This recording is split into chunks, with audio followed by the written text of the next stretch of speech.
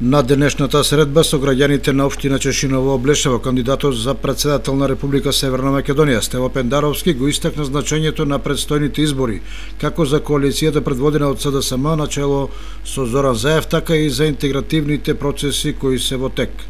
Тој нагласи дека со зачленувањето во НАТО и почнувањето на преговорите со Европската Унија, на земјоделците им се отвораат можности да искористат до 900 милиони евра од европските фондови.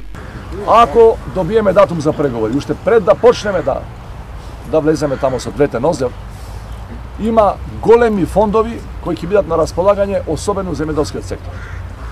Че нема да дава само државата и владата, зборам од субвенции до други видови на помош, него ќе дава Европска Унија ќе дава. На ниво на држава годишно можеме да земеме до 900 милиони евра. Че тоа е, што да ви кажам, тоа е 6-7 пати од целокупниот земјоделски буџет денеска што е.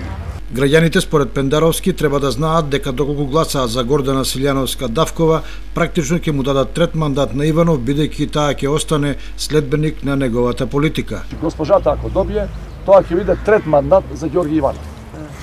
У суштина друго име ќе биде, ама пак ќе биде истата политика. Што направи тој Иванов до сега? Последниве 2 години нема една мерка добра донесена од владата да ја поддржа. Само кочница.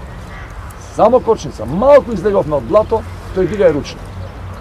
Не знам која важна одлука на владата на Заев, он ја поддржал да рекол тоа е добро за Македонија. Пендаровски ги повика граѓаните масовно да излезат на 21 април, но и на 5 мај, за да ја извојуваат најубедливата победа на било кој досегашни претседателски избори.